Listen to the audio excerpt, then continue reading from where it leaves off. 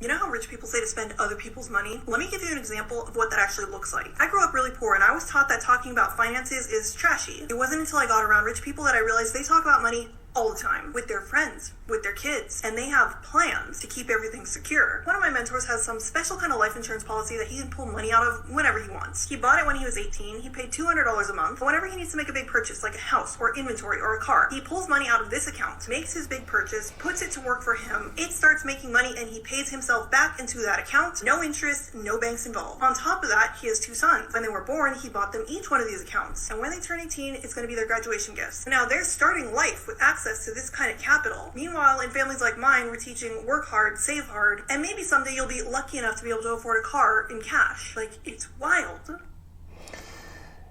Yeah, okay. Well, it's funny that she's giving advice about whole life insurance, and at the top of the screen it says, not financial advice.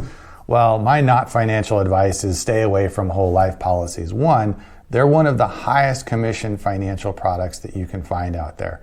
People who sell insurance products and financial products love it when people buy whole life policies because they make huge commissions.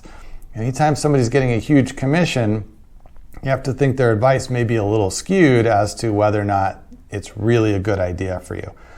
In fact, I would say if you compare all the different financial products, whole life policies are near the bottom of the list. There's much better ways to save and invest and grow your money.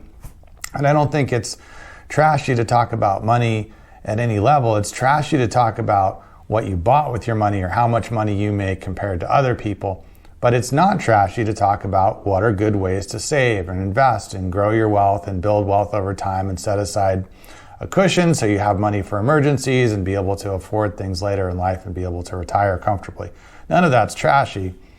But it is kind of trashy to make a TikTok talking about a financial product with a big banner across the top that says not financial advice, where you're giving financial advice about a financial product that is a terrible decision, in my opinion, which I guess is financial advice. Although, don't go out and not buy a cash life policy based on this either, right? Talk to an actual qualified financial advisor and consider whether or not their advice is free, in which case it probably means they're earning money from commissions. Or if you're going to a fee-based advisor who's probably giving you the best advice because you're paying them regardless of what you buy from them. So there's my financial advice that's not financial advice. Don't listen to this. At least consider all the options and understand what you're getting into before taking advice directly from a TikTok.